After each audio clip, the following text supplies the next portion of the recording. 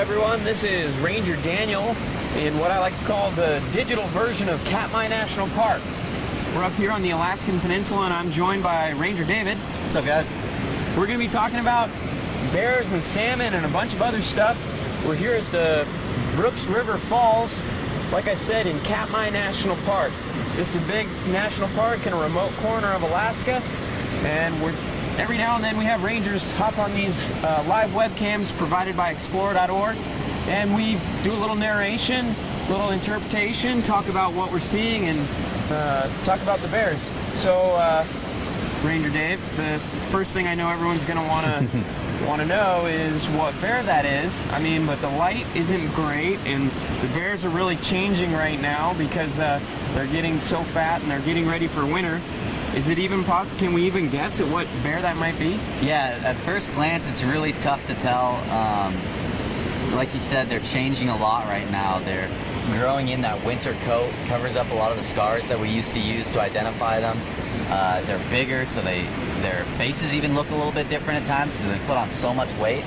After looking at this bear for the last 20 minutes or so, I'd say I'm about 90% sure that this is 32, aka Chunk. You know, that's a bear that in July, you look at him and instantly you know, okay, that's 32. But now, even those really familiar bears are getting really difficult to distinguish. He's got a fairly new kind of a bite out of his rear end. I think I can see that, yeah. So I didn't actually see that happen. I did hear that maybe some viewers had seen that actually occur at the falls a few weeks ago. That kind of thing is really one of the things that makes these cams so cool, is that you can see those kinds of rare bear interactions and bear behaviors that are difficult to see in the wild. That's a rare and special thing to get to see something like that happen. Just like, I mean, how often do you get to see a bear dive into a pool of water and catch a fish like we just saw? Right. And he's eating a salmon right back there now. Yeah, and especially those dominance interactions, that's really not something people have been able to see for very long. You know, bears are really solitary animals. They don't tend to congregate at very many places. Brooks Falls is one of those few places where, you know, bears will regularly come back year after year, and, you know, they have to have these interactions with each other to settle disputes over fishing locations or over access to females. Because not all these spots on the falls are created equal. Right. We did see, just a few minutes ago, this bear hanging out in the jacuzzi. It's the deepest area of water. We'll pan to it now. That's the best fishing spot at the falls, especially in July when there's lots of fish in the water. That's the place where they're most successful in jumping over the falls. The water's deep enough that when the water comes down over the falls, it does a circular motion and rises back up. They're able to ride that upward motion, that upward current, and get a little extra boost as they jump the falls. So that's where a lot of fish will go to actually jump. The bear hangs out right in that spot and just sits down. It'll wait for fish to bump into it, and then it can pin it against the ground, pin it against its chest, and make a pretty good living hanging out right there. But so that's really not what the classic image is of these falls. Most people think of Brooks Falls, they think of a bear sitting right on the lip of the falls catching fish, but that's not the best spot, huh? Yeah, it's when lots of fish are jumping, it's definitely a good spot. But bears, you know, they're all different. They all have different techniques of fishing, different skill sets, different things they're comfortable with. And it takes a certain skill set to catch fish at the lip of the falls. It takes a different skill set to catch fish where this bear is now. So if you're just joining in, you're listening to a couple rangers here. I'm Ranger Daniel. And I'm Ranger Dave. We're here in Katmai National Park. We're in Alaska, and we're watching a brown bear catch fish right now. It's pretty cool, and we're going to be explaining what we're seeing. A lot of the fish that this bear is catching now are going to be silver salmon. We have a fairly strong run of silver salmon come through the river, whereas earlier in the year, predominantly the fish were sockeye salmon. We also have pink salmon, and chum salmon, but in much fewer numbers than the sockeye. The sockeye is really makes up the vast majority of the salmon that migrate up this river to spawn. And we can still see some of them in the river right now.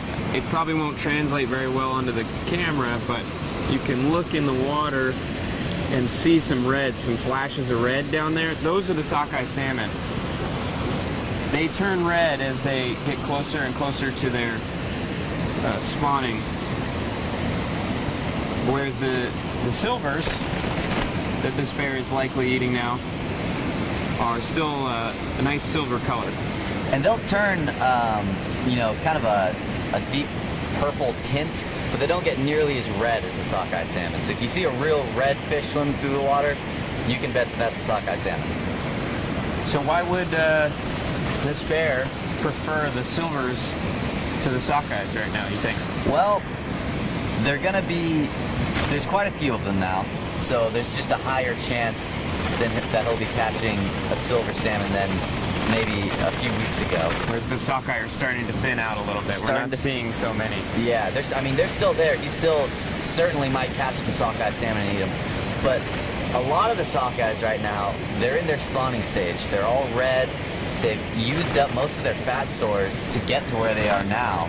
And so for that reason, they're not quite as nutritious as some of the more fresh salmon, the silvers that have just entered the river and are not quite as far along on their journey to spawn. Yeah, so we like to say that it seems like those salmon coming in fresh from the ocean, very, very fatty, very nutritious, very high in calories. They say more than 4,000 calories, maybe 4,500 calories per fish for a fresh off the ocean fish. Whereas then after they've been here in the river for a while, they're not eating, they're losing calories, losing nutritional value, have a lot less calories. But so that 4,500 calories, what we like to say is that 9 cheeseburgers, right? 9 cheeseburgers, yeah. And in the peak of July, when the fishing's really good, bears can catch 30, maybe even 40 of those fish. That's about 270 cheeseburgers in a day. That's a lot of cheeseburgers. That's a lot of cheeseburgers. So we can watch this potentially bear 32 back here today and see he's making a lot of attempts, diving, pouncing into the water there to try and catch a fish. And we've seen him catch one, right? Or has he caught 2 since we've been here?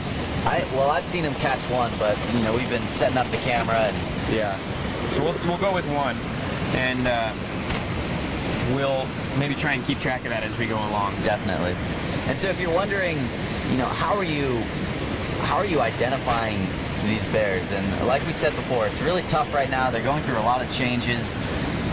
They're putting on a ton of weight. Their color changes. Their coat comes in and it covers up scars that they had earlier in the season.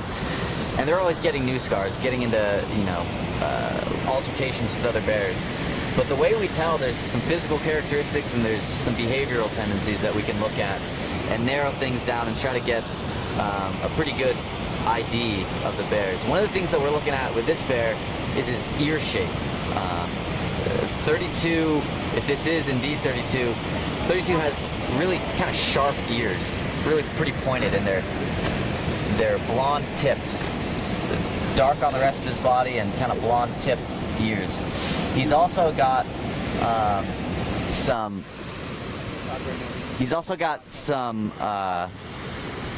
longer fur on his rear end, and his rear end is actually quite a bit bigger than the rest of his body. He's got kind of a big butt. But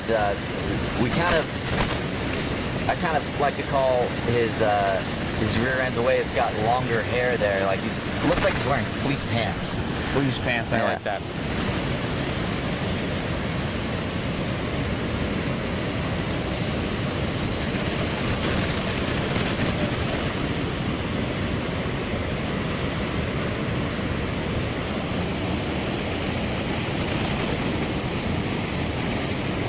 So we don't have the best lighting right now for film.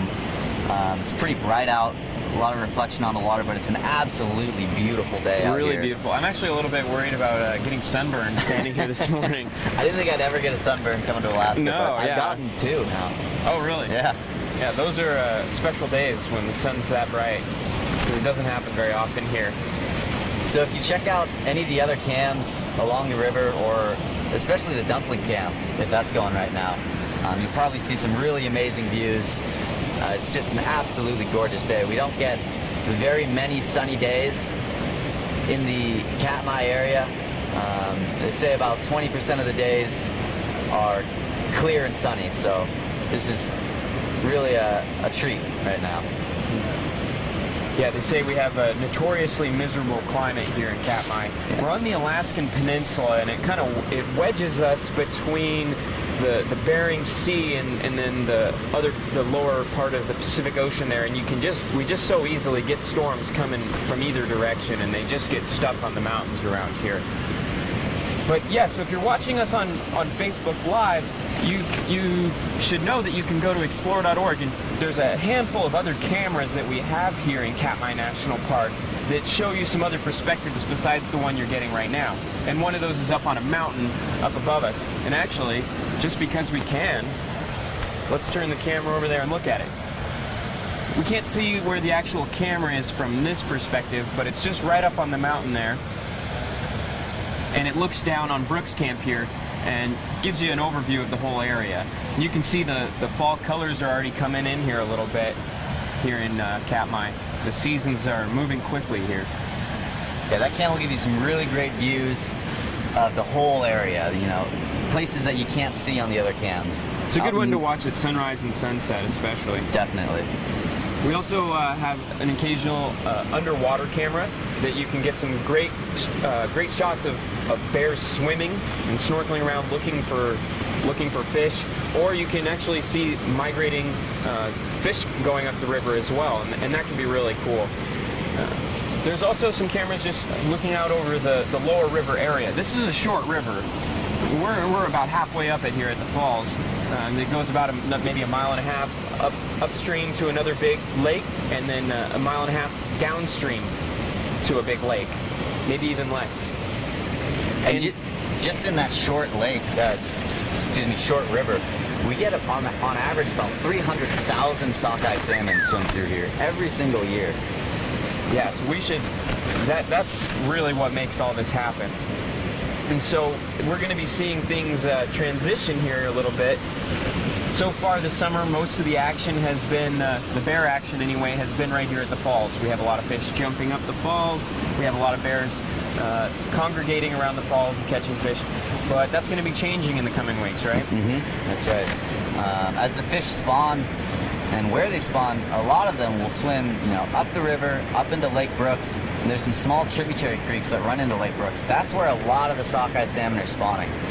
And so once they've finished that, they've spawned, they've made their nest, they spawn, they start to die. So they start floating down, back down the river into Neck Lake. And at the mouth of the river there, that's where a lot of bears will hang out and catch those dead and dying salmon. They're not quite as nutritious, but at the end of the year, when the bears try to pack on just a little bit more weight, it's really still a great food source. Yeah, maybe we could introduce a vocab word right now, actually. What's that? Hyperphagia. Yeah. For that time of year, the Ranger Dave was just talking about, at the end of the year, the fish aren't as nutritious. They're dying and they're slow moving, and the bears aren't going to enjoy them as much. But the bears enter a metabolic state, enter a phase in their life that we call hyperphagia. And when that happens, they're just eating nonstop. They're basically, they've lost their ability to tell when they're full or not. Just like if you eat a big meal and you just feel stuffed at the end of it, the sensors in their body that send that message to their brain basically are switched off, and the bears just eat nonstop as much as they can. And so the quality of the fish is of far less concern to the bears at that point. And they're doing that, you know, not because they're just pigs. You know, they're doing it for Right. survival. They have to eat all of their food in half of the year. So a year's worth of food in half the time. So their body's developed in it's evolved in some really amazing ways.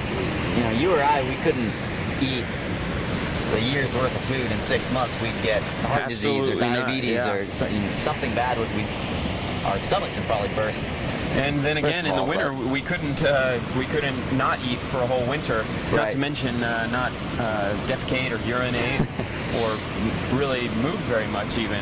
Yeah, so they're designed to do this, and it's just part of their survival technique to pack in all those calories when the eating's good, and then when there's nothing going on in the wintertime, really nothing to eat, it's really harsh conditions, they'll just wait it off and wait until the eating's good again. Yeah, so I think there's people like to say something like about how lazy bears are. And Right. so this kind of splashes water in the face of that idea. You know, laziness is a human constructed idea. Right. It doesn't really translate over to the bear world. The bears are pretty good at living the way they live, and if we want to call them lazy, that's fine, but it's not going to change how they live. They're doing what they're good at and what they were built to do. Yeah, it certainly looks like they're lazy to us, but they're just conserving their energy. It's, again, part of that survival instinct. Yeah, we're seeing that with this bear right now. It's kind of a sit and wait technique. Yeah. All these bears use different techniques for catching fish, and this bear, you know, he sits there using as few calories as possible, and it's all about this balance between calorie expenditure and calorie gain. So he doesn't want to burn up too many calories while he's trying to gain as many calories as possible. And just standing in that river, the cold river with the water running against you, surely uses up some calories. So they have to practice very efficient fishing to make it worth their while. Yeah, we went in the water recently, Yeah, and you know, the water's about somewhere between 50 and 60 degrees. pretty cold. And you know, we went in with, you had a wetsuit, I had a dry suit. I had just a small leak in mine, so I got a little bit wet, and I was freezing after about 30 minutes. Yeah. Some of these bears will hang out in the water for hours, Yeah. sometimes the whole day. And you know, they've got a big layer of fat to keep them warm, like good fur coat. Big heavy coats, yeah, and they're very large animals too. A lot of heat packed inside there. And as we watch this bear fishing, it's also really impressive how patient they are. You know, sometimes when I go out fishing, I get frustrated after just an hour or so. Well, I'm not catching any fish, I'm done with It this. can be easy to give up, but yeah, look at this one. We've seen a lot of attempts, a lot of pounces in there, and so far I think we're still only at one fish. So far at one, but he's sticking with it.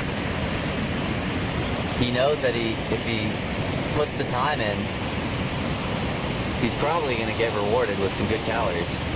So far he's determined that it's still worth his time to sit in there. He's got one fish. You know, you can imagine that's probably several thousand calories right there. So there's another pounce and no fish again.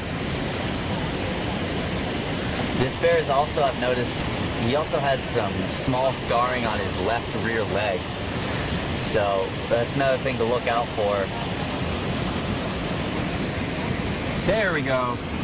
He's got one that time. All right, number 2. He's gonna walk down here into the sunlight to eat it. And so that is the silver salmon. Coho, another name for him. They're bigger than sockeye salmon as well. I don't know if we mentioned that. They average about 10 pounds, whereas the sockeye will average about 5 pounds. Big fish, there's a lot of food there. Yeah. So now we can watch and see how he eats this, and that can tell us a lot about kind of the state of this bear. It's a little bit hard to see, but keep your eyes out while he eats that fish. Pay attention, is he eating the whole fish, or is he just eating select parts? When these bears are very hungry, they'll eat the whole thing, bones, tail, everything. But when they're full, when they've been eating pretty well, when the fishing is good and they're catching a lot, then they're gonna just eat the most nutritious and high in calorie parts of the fish and leave the rest for the gulls and other bears and other fish downstream. So if you can see, it's a little bit hard to see. See if you can tell if he's eating the whole thing or just select parts. And when they eat just those select parts, we call that high grading. A lot of times they'll just eat the skin and the brain, and if it's a female fish, the eggs or the roe.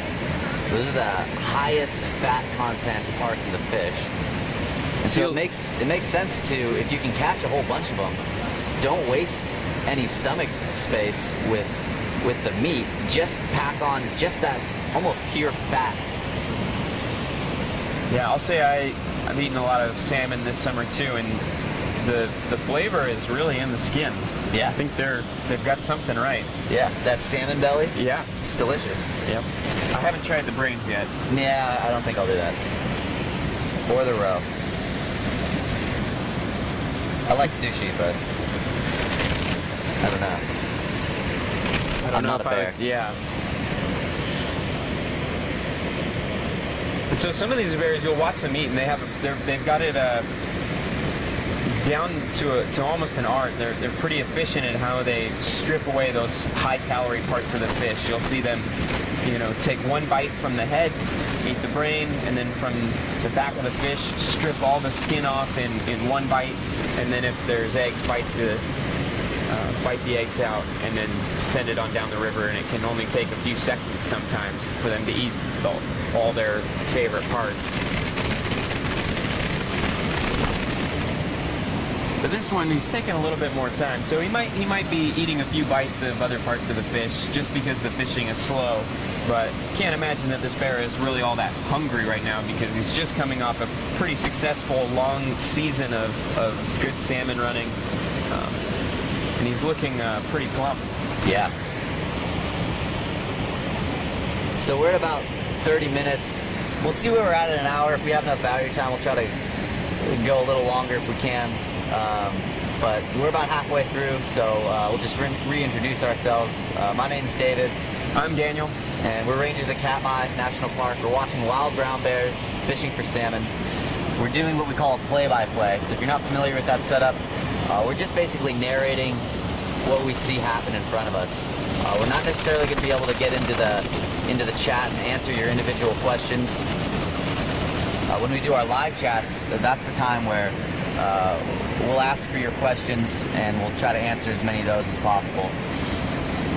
If you hear us, stop talking at a certain point, don't worry, that doesn't necessarily mean that we've lost audio or anything like that. We're just kind of enjoying what's happening here in front of us.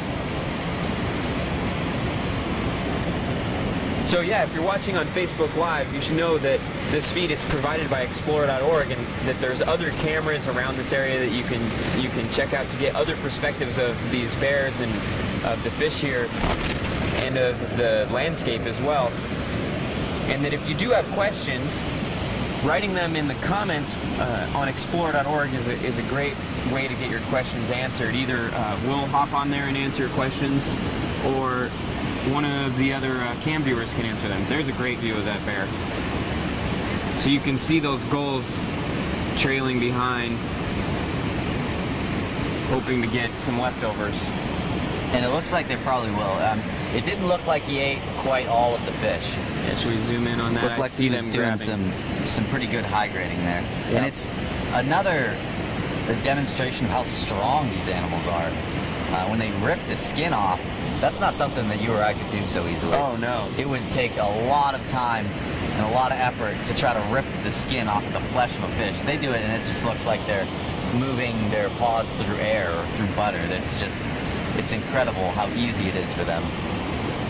So maybe now we can take a minute here and zoom out and talk about some of the bigger picture of what we're seeing here then. We saw that bear leave behind some of that fish, right? We talked about that high grading. So then we have these glaucous wing gulls. We have other kinds of gulls here, but those are glaucous wing gulls right there. They're largely scavengers this time of year, just grabbing what's left behind by the bears. We also have eagles doing the same thing. Bald eagles, a lot of juvenile bald eagles will hang out in the trees right above the falls here. and they'll pick off the leftovers too. They'll swipe it away from the gulls. There's also a lot of other kinds of fish in this river. Somewhere around a dozen different species of fish that are all they all do well because of this salmon migration. So the salmon really end up being the keystone species, the central component that make all of this possible. We are also, before I lose them, watching some kingfisher birds. And I can see it in this shot even, but I don't know if you'll be able to pick it out of the trees there. These kingfishers eat small fish. They dive into the water and do that. We see them fly over. That's something to keep your eyes out for when you're watching this camera. We're also looking at some pink salmon in the water right here. That's a big male pink salmon. And a lot of the Right pinks there. are spawning right there. I've been up here at the platform for a few days and seen them. They turn over and they'll flap their tail on the gravel. They'll create what we call a red, which is basically a nest for their eggs. And then the female will do that, and then the male will come up and fertilize those eggs. So that's a pretty exciting thing. That's really what we're talking about when we talk about the salmon spawning and making this possible, is the salmon travel from the ocean up into these freshwater streams to the gravel beds that they were born in. They go to the very nest spots that their parents laid them, and then they reproduce in those same spots.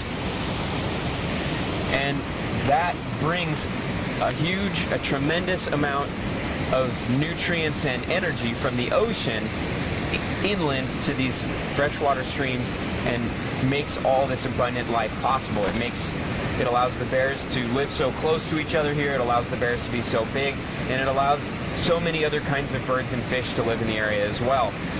All those other fish species that I was talking about living in the river, not just multiple kinds of salmon, but Dolly Vardens and chars and rainbow trout and a variety of suckers and whitefish, they all live in here as well. We also have pike and what are some other ones? Perch, right? Yeah. And those fish are also dependent on the energy brought in by the salmon. So we see them digging out those nests and laying their eggs in there. Well, guess who like to eat those eggs? It's not just the bears. Big all those fat other trout, too. all the trout love to eat salmon eggs. And they'll be hanging out right behind the salmon as the salmon are spawning, and they're catching and eating eggs that float downstream, or they'll go get into those nests if they can as well.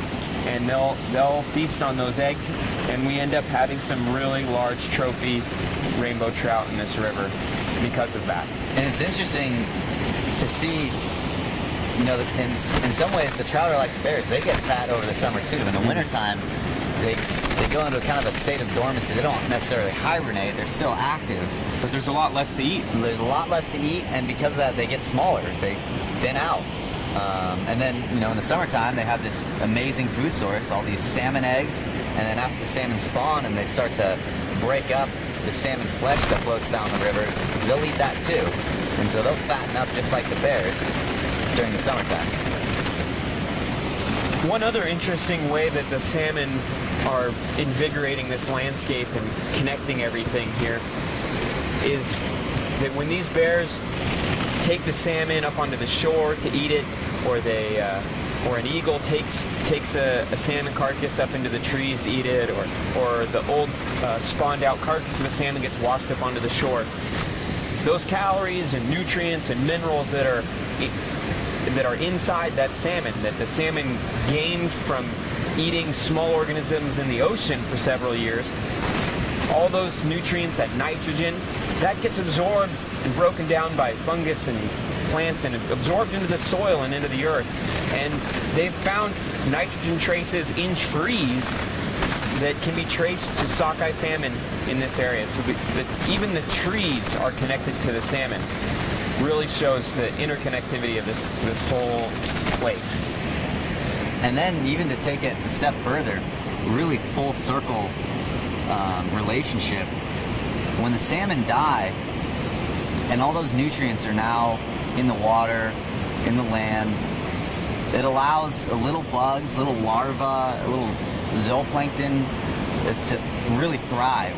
And then when the salmon that have died, when their eggs hatch in the spring, the alvin that come out of those eggs that then become fry, they eat those little larvae, those little zooplankton, those little tiny animals that have had a population boom because of those adult salmon dying and their bodies washing around into the water and into the land. Wow, it's really all connected. I think when I think about that kind of thing, it makes and helps me enjoy seeing the bears fishing more when I start to see that whole big picture, and when I can start to think about the interconnectivity. It makes the individual components more exciting to see even. Totally. So I've got the camera here on the falls right now. We're seeing some fish jump every now and then. They don't make it up on their first try very often, it wouldn't appear. Say something like 8%, 10% of jumps are successful. So a lot of these fish are going to have to try more than once to get up the falls to head to their spawning grounds. And they'll keep trying. They'll basically keep trying until they make it or until they die trying. Okay. There are some that will spawn below the falls, but the vast majority will just keep on trying until they make it, until they reach their goal, really just absolutely determined to spawn in the same place that they were born. It's what they're built to do. We've got some pinks spawning right down here, actually. Pink salmon are also called humpies or humpback salmon because you can see that large hump on its back sticking out of the water there, almost like a shark. There's a couple of them. Those are two males right there. The females can be, in pink salmon, a little bit harder to see. Oh, there's three males actually at least. The females can be a little bit harder to see. They don't have that big hump back, and they blend in a little bit more. They're a little bit darker and speckled. So those males will fight with each other for the right to fertilize the eggs. And so sometimes we can witness that happening. It's really a pretty amazing thing to watch.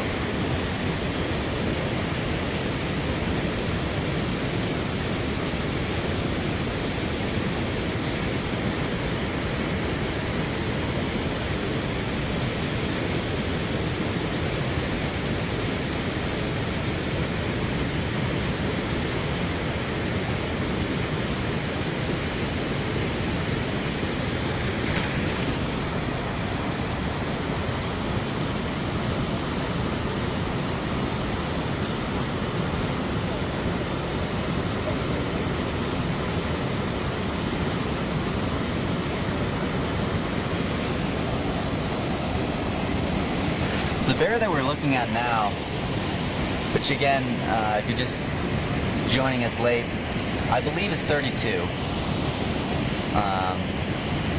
He's a fully grown adult brown bear. He's in his mid-teens, somewhere around 15 years old. He's not necessarily big for a male brown bear. Here. Right. These bears can get absolutely huge. They can grow to be as much as 1,300 pounds. I'd estimate this bear right now to be around 800 pounds or so. And he'll continue to gain weight as the season goes on. Again, that's just an estimate. There's no scales, no way to really know for sure how much they weigh. Yeah, if you grew up on a farm, maybe you'll have as good a guess any of the rangers even. You know, it's really just about looking at it and kind of giving it your best estimate. Comparing to other animals that you know the weight of. So it would be great if we had some scales that they could log on. That would be pretty cool.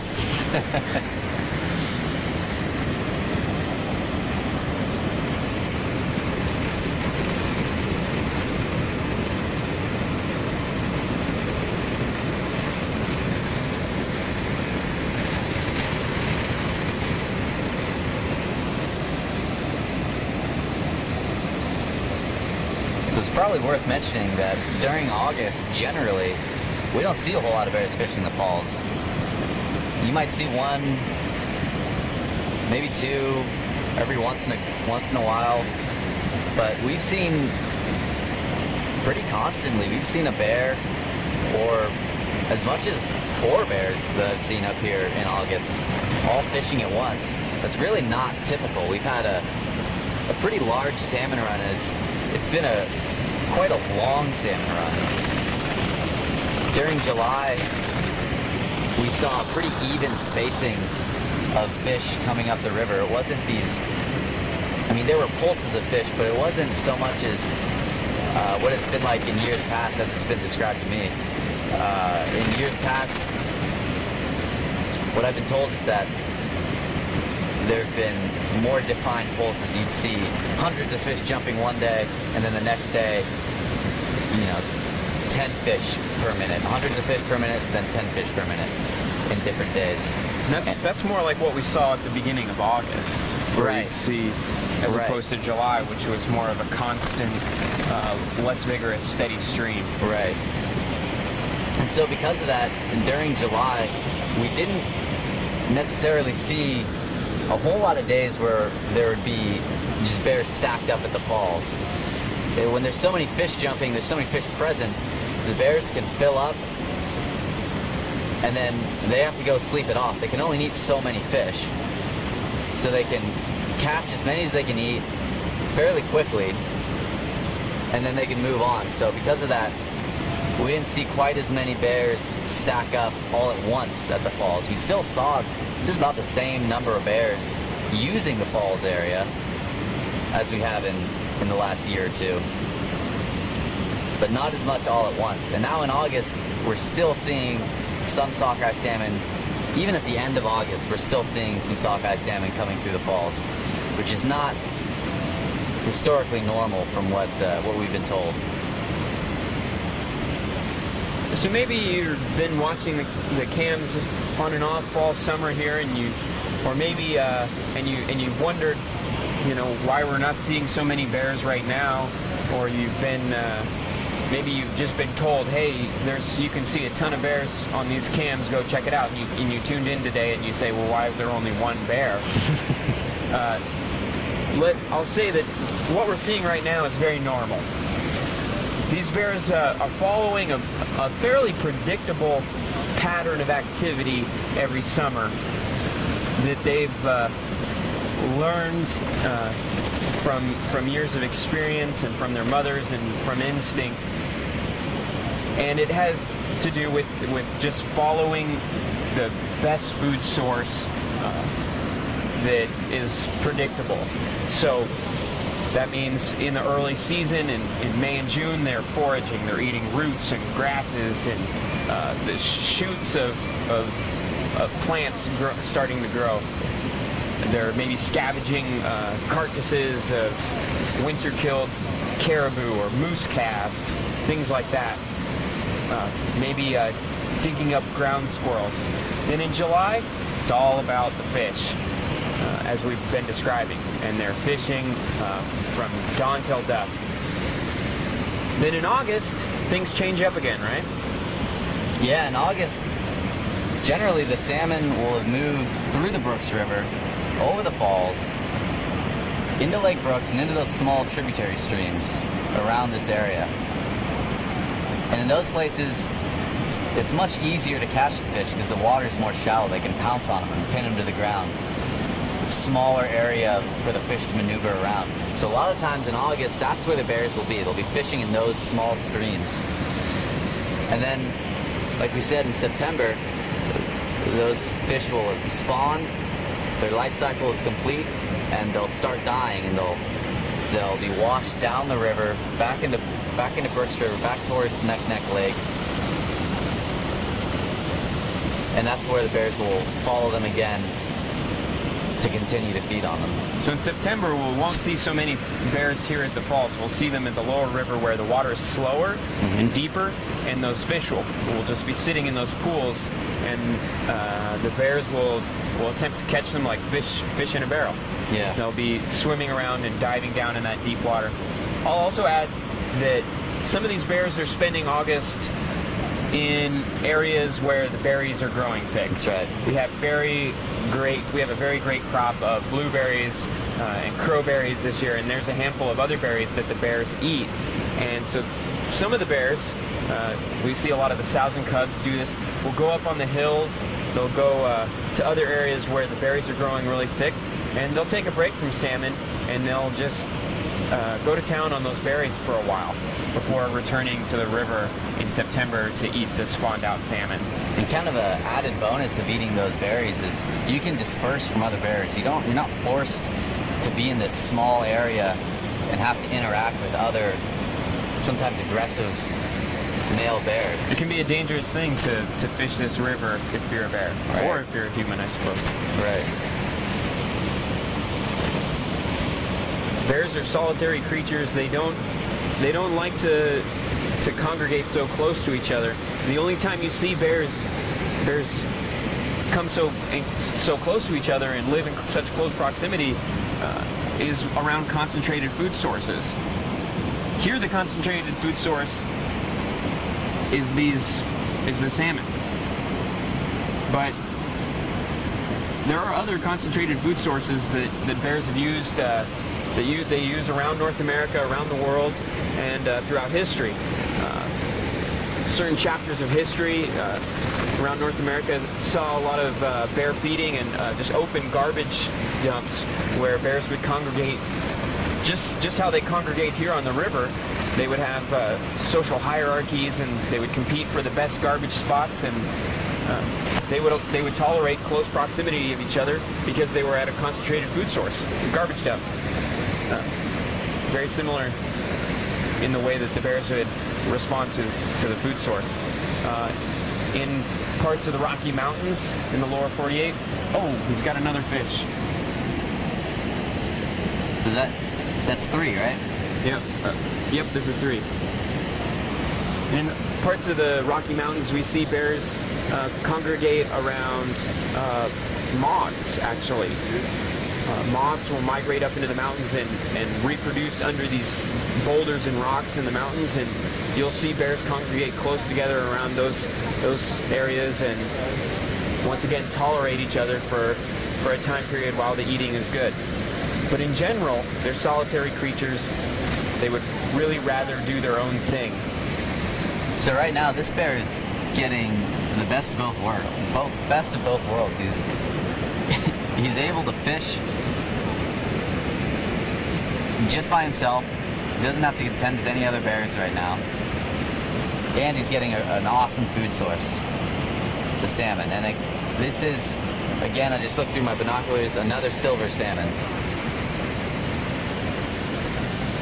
He's really stripping off that skin, just getting those high fat content parts of the fish. Yeah, so if you're just joining us, we already mentioned this, but it's worth re-mentioning. A whole silver salmon like that easily has thousands of calories in it, 4,500 calories, maybe more. These silver salmon can be 10 pounds. Very, very fatty, nutritious fish migrating, just coming in from the ocean where it's been fattening up for the past several years, now coming into this fresh water to reproduce and becoming an excellent food source for these bears.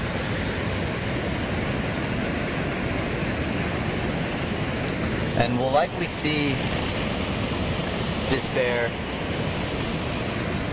not eat the whole fish. He'll probably leave some for the gulls, for other birds, and other animals.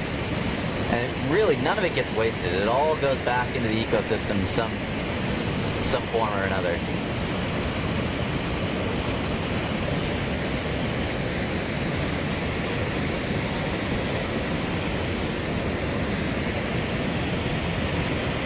So it's a beautiful sunny day here in Katmai National Park.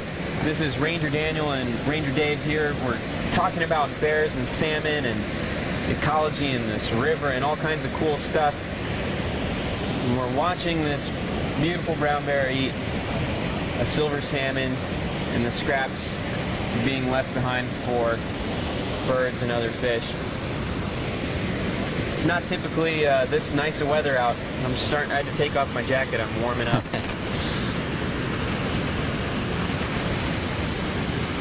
We've been talking about this bear and these fish for about 55 minutes. I think we can go a little while longer, maybe till quarter past the hour. But we were watching this bear for 10 minutes or so before we started as well. And so during that time, we've watched him catch and eat 3 fish. So, say in a little bit over an hour, we've watched him eat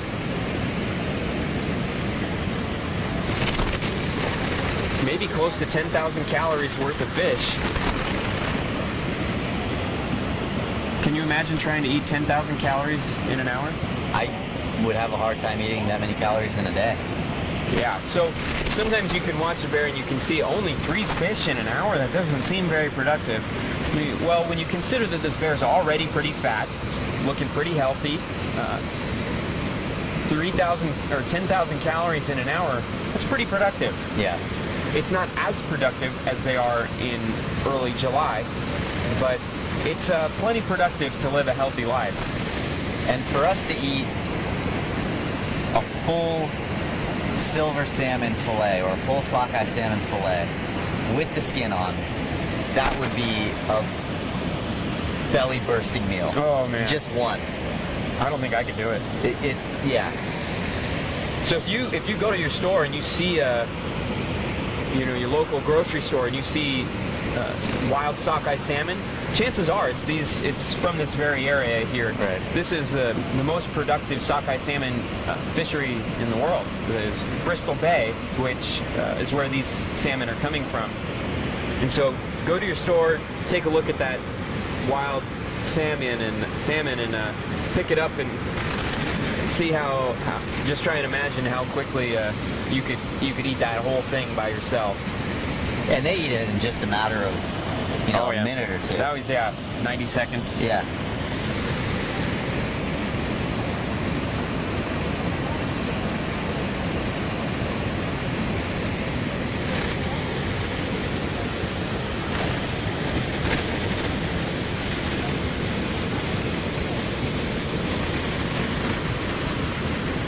Alright, well that bear takes his time, tries to catch another fish. I'm going to pan back down here where I'm just loving the view I'm getting of these pink salmon spawning. I can actually, let's see if I can, I'm watching the males compete, there they are, compete for the right to fertilize the eggs of a female. The female's harder to see, but I have caught glimpses of her just sitting right in front of them there. And she's taking her time. There's a male. She's gonna dig out a nest to lay her eggs in. She'll turn on her side and scoop out the gravel, and then she'll deposit her eggs down into the rocks where they'll be safe and won't be swept away, hopefully. And the males will compete, and then they'll fertilize those eggs in the gravel. And the female's she doesn't leave. She stays there, and they'll do this multiple times, and as she goes along, she's moving upstream slowly, kicking up more gravel, digging up the next nest, and burying the nest so that they get covered up after they've been fertilized and protected from other fish that would prey on them, or protected just from washing downstream, or the gulls too love to eat these eggs, or a variety of birds do really. Oh, there it is. That was the female. If you caught that, that was the female turning on her side, kicking up the gravel. sometimes you don't see those females at all because they blend in until they turn on their side to kick up the gravel. You'll see that flash of their white silvery belly, and you'll see them digging it up. So we can sit here and watch that just for a minute. And so even though those males will compete to try to get access to fertilize those eggs, sometimes, you know, the winning male will, you know, take its rightful spot and fertilize the eggs, and then another male will come along, just kind of sneakily jet in and also fertilize those eggs. Right. They're doing their best to prevent that, but if there's enough healthy males in the area, then they won't be able to stop it. But then the males will just continue on and do this repeatedly as long as they're healthy. Right. They'll go find another female with another nest and try and fertilize those eggs as well. The female, on the other hand, once she's done a series of reds, she'll stop. She'll be done. But she won't just leave the area. She's got nothing else going in her life. These fish are going to die once they're done with this. And she will stay at that nest. Oh, I just saw it again. And she will defend it from other females. She doesn't want other females to use that area. She doesn't want other fish or birds to come eat those eggs, and she'll defend that area until she's too weak to do so. Yeah, other fish will come along, trout, suckerfish, they'll come along and try to eat those eggs. So she'll stick around and try to make sure that doesn't happen. Did you see her do it? Yeah. Sometimes it's quick. You'll just see a flash of silver, the belly catching the sunlight as they turn on their side and kick their tail to dig up that gravel. And sometimes they can really bury the nest pretty well. I was down on the water yesterday and I came across a nest that was really buried by a lot more sediment than I thought it would be.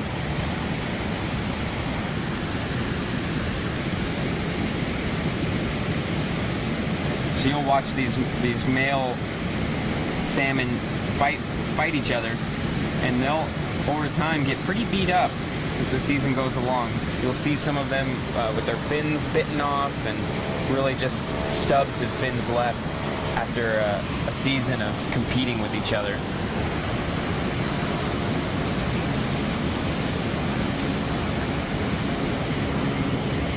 But yeah, I don't know if we've made this totally clear yet. These are ocean-going fish. They live most of their life in the ocean. After being born in these freshwater streams, they go out to the ocean, they get fat, and then they come back and they reproduce in the same areas that they were born in. But when they come back, once they transition from the ocean to freshwater again, they stop eating. They're fasting, they're not eating anything this whole time. And they're slowly dying because of that. So once they've reproduced, then it's not long, a matter of weeks or days before they die. And it looks like 32's caught another one. Oh, all right. So 4? It's 4.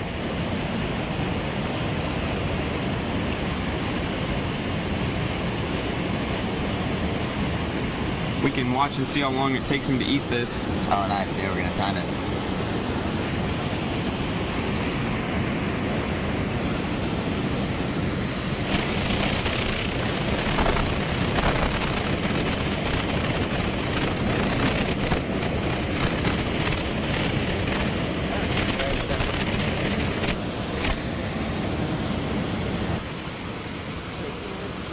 So, as we continue to watch,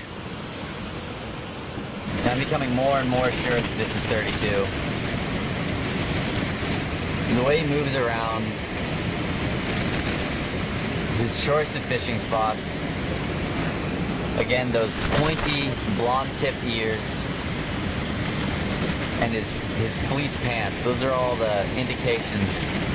Oh, you better explain that fleece pants thing to people who are just fleece doing pants. What do you mean, fleece pants? Bears wear fleece pants all the time, of course. Yeah, he's got some longer fur on his rear end, and they appear to me to be fleece pants. That's even more pronounced earlier in the season. As we go on, as we move into September, that'll probably go away, and his coat will become more and more uniform. He's also just got a really big round butt to begin with. So maybe we should talk about bear ID a little bit here. Yeah. You've been describing some of the traits that you're using to ID this bear. I think maybe one of the takeaway points from that is that you're not going off of one thing. Right. None of these bears have radio collars. They don't have ear tags or ear notches or anything like that. So you have to just go, when you want to ID them, you have to go off of what they look like. And you're bound to make a lot of mistakes unless you're looking at a lot of different things. Right. You can't just say, oh, that's the bear with white ears, so it must be this bear. Because a lot of bears around here have white ears, right? So you're looking at a lot of different things. But what's the, why do we keep track of individual bears here anyway, and what's the story with bear IDing here? Yeah, well, for one thing, it's really a unique place where we're able to do that. Most areas that have brown bears, the geography's set up differently, the cycle of the season's set up differently. So, places like out on the coast, bears can move around quite a bit. Here, we see a lot of the same bears coming back year after year and using this resource. And they develop, certain behaviors, certain techniques, and we're able to track their life histories, track their behaviors, see their interactions with each other. And from those things that we learn about the individuals, the things we learn about their interactions with each other, we're able to learn a whole lot about brown bears as a species. So we can translate that individual information and monitor and track the behaviors that they show, and we can just learn a whole lot about brown bears. And if you also want to try to ID some bears, if you're watching on explore.org or if you're watching on Facebook Live, you can watch anytime on explore.org, and we've got a bear ID book. It's a free download that the park updates every year, and it's got photographs and descriptions of many of the different bears that use the river. And so you can reference that book, that publication, and as you're looking at the camps, you can try to determine which bears are which. It's also the online community that's been watching these bears for a number of years are extremely knowledgeable. So asking questions is always a good way to get some more hints at which bear you're looking at might be.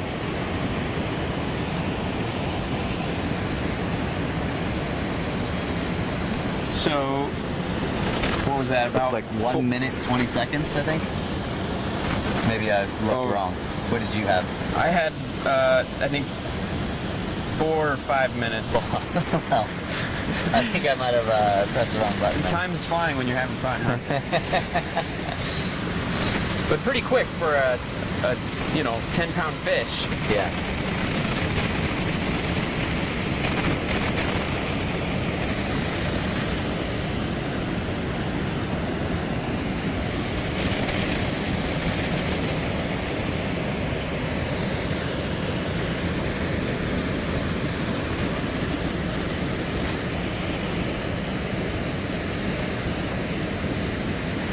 Another thing that if you're interested in keeping stats or data or trying to study these bears, because that's something that's pretty cool about the explore.org cams, is that you can study these bears to some extent without ever leaving the comfort of your home.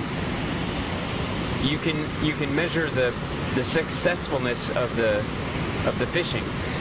You can measure how long this bear is here fishing and how many fish he catches during that time period. So we've been watching for over an hour now, and he's caught 4 fish. You could also measure the amount of attempts of pounces into the water that bear does. We see him pretty frequently jump forward into the water and come back with no fish. So you could compare attempts to catch fish versus actual successful catches, things like that. There's a wealth of information to be gained from watching and observing these bears.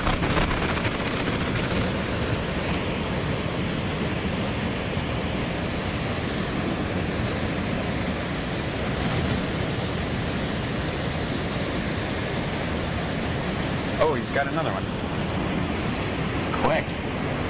This is number 5. Picking up. All right, so once he's treating just this gonna fish eat a it little right there. differently, yeah. I'm going to start my timer and see how long it takes him.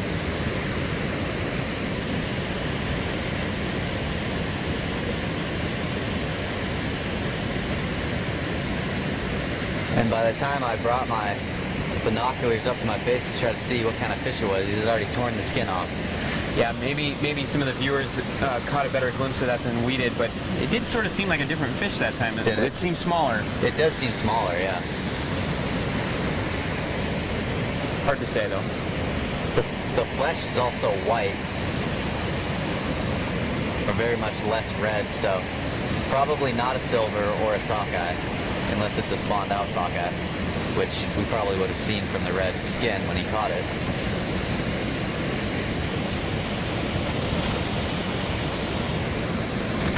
So two types of salmon with white flesh are chum and pink salmon.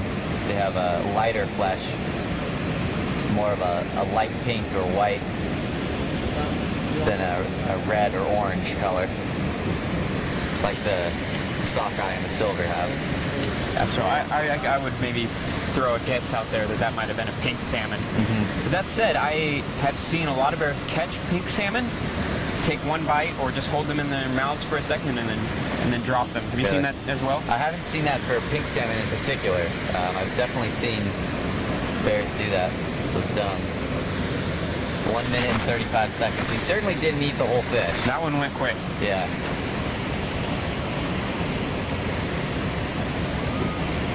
We don't have very many chum salmon in the river, but there are some here. I've seen a few throughout the season. There is a nice pounce. Not rewarded with a fish for it, though.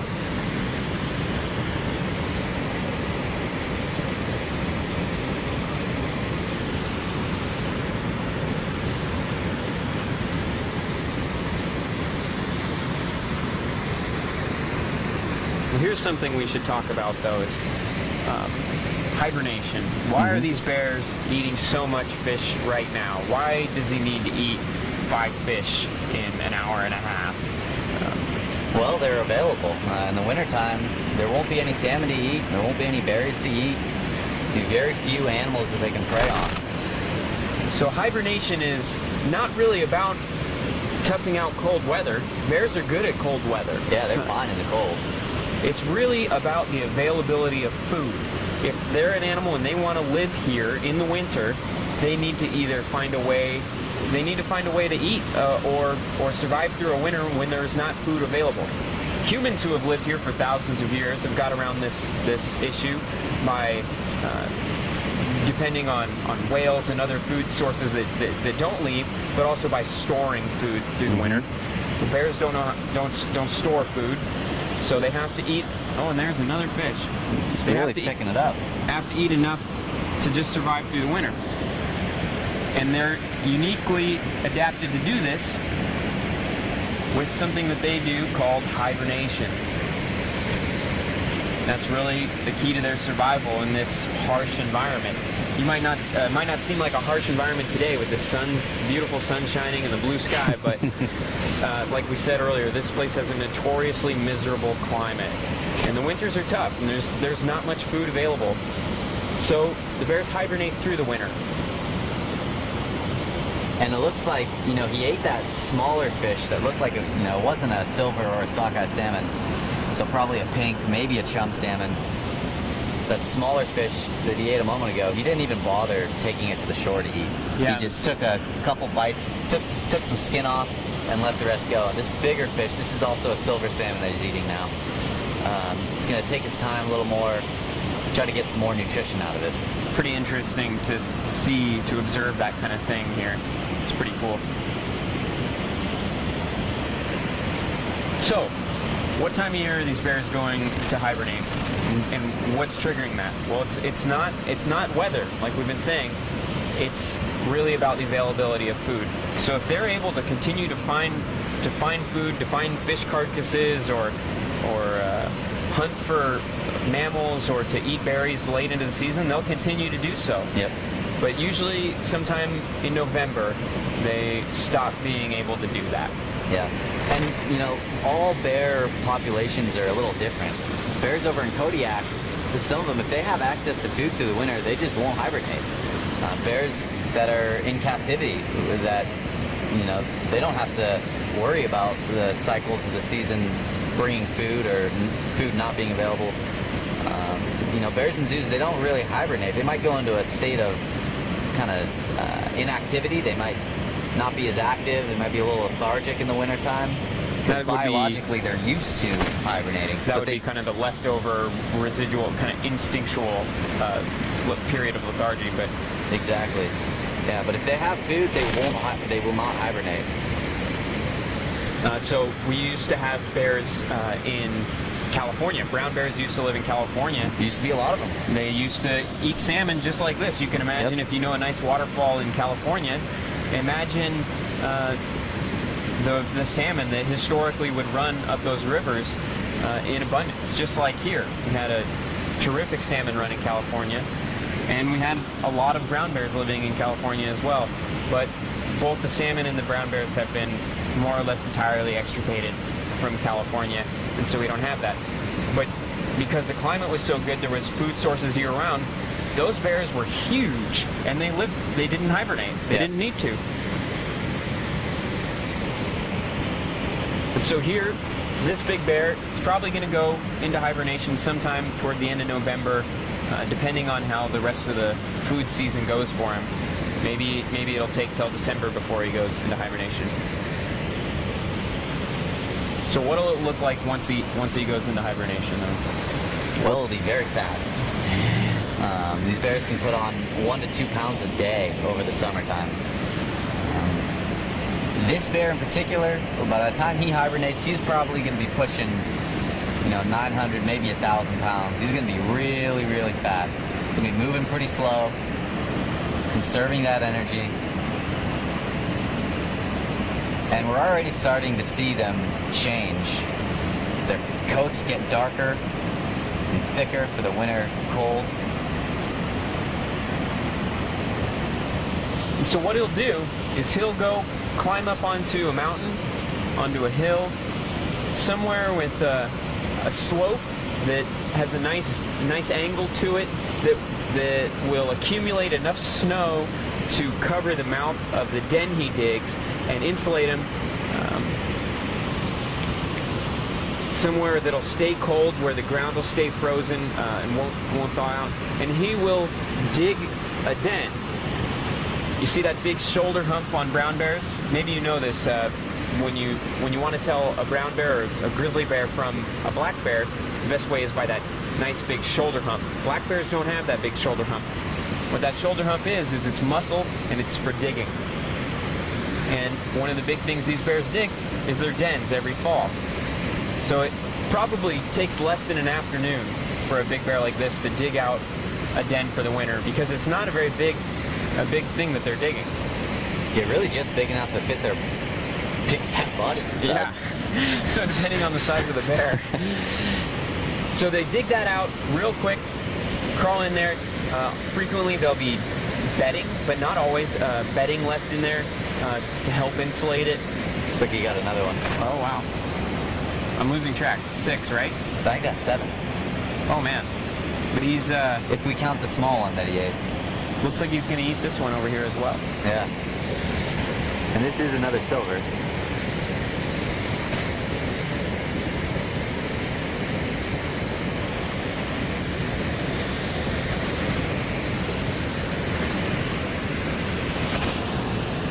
Some scientists say bears are not true hibernators. Another word and some other vocab words that get thrown around are obligative and facilitative hibernators. They say that bears are facilitative hibernators, not obligative hibernators. That is, that up here are obligative hibernators, or maybe true hibernators, because they have to do it. It's kind of how they're built. It's in their circuitry. It's what they do. They, every fall, go into their den, the ground squirrels, that is, go into their dens, and their body basically shuts down. Their body temperature drops really low. they almost appear dead. They don't move, they don't eat, they don't do anything all winter, and then they're reawoken. Which is different than brown bears hibernation. Right. Looks very different. Right. Yeah, the brown bears, like I said, are not true hibernators in that sense. They're facilitative hibernators. They're going to be a lot more active. Their body temperature is going to stay a lot higher. Metabolism is still going to be moving, though very, very slowly. Their heart rate does slow down. Their respiration slows down to maybe one breath every 1 or 2 breaths a minute. Heart rate drops down to in the 80s beats per minute, as opposed to the normal of 100 beats per minute. Their body temperature drops as well, but not dramatically. And they might toss and turn a little bit, but they're pretty inactive, but not totally zonked out laying there. They are going to move some, especially the females when they give birth to their cubs in the den. They're moving around some for that, but they stay in an inactive state. But they can easily be awoken from that and crawl out of their dens if they need to. For example, if the den gets flooded by melting snow, or if the den collapses, or if they didn't eat enough in the summer and they're very hungry and they don't have enough fat reserves to last them through, that can wake them up early to go out looking for food. Did he catch another one? I think he... Yep. Oh yeah, he did.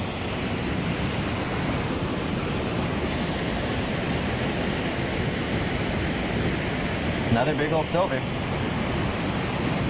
He's starting to make me jealous. Yeah, he makes him look good.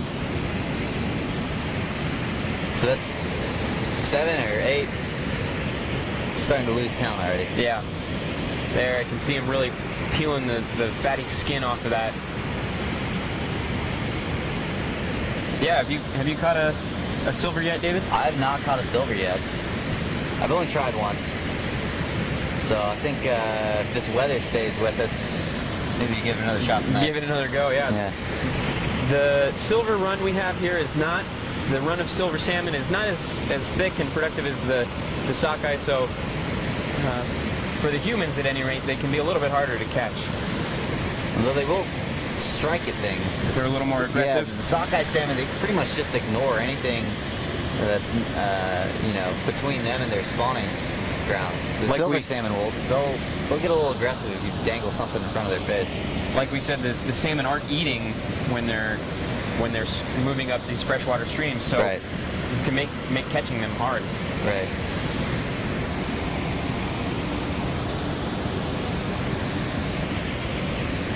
So it looks like our battery is running pretty low. We'll start wrapping things up here. But if you're just popping in, there's a variety of ways you can search around on Facebook Live and on Explore.org, Explore's YouTube page, and try and watch a replay of these chats. I'm Ranger Daniel. And I'm Ranger Dave. We're here in Katmai National Park. We've spent the past hour and a half talking about wild brown bears, wild salmon, birds and ecology in this river and Alaska. And it's been pretty fun. We do this every now and then. We try and do it as often as we can, a couple times a week. We have rangers hop on these cameras that are provided by Explore.org, and we just do a little bit of talking and narrating, interpreting of what we're seeing here. We have a lot of exciting things happening here in Katmai National Park, and this is the centennial year, a pretty exciting time to be in the national parks. So we're having a lot of fun talking about all this different stuff. Follow us on social media. Katmai and Explore have all the social media accounts you'd expect. You can find us on those, and whenever we're going to have rangers hop on the cams and do these chats or these play-by-plays like this, we post and announce it so you can tune in.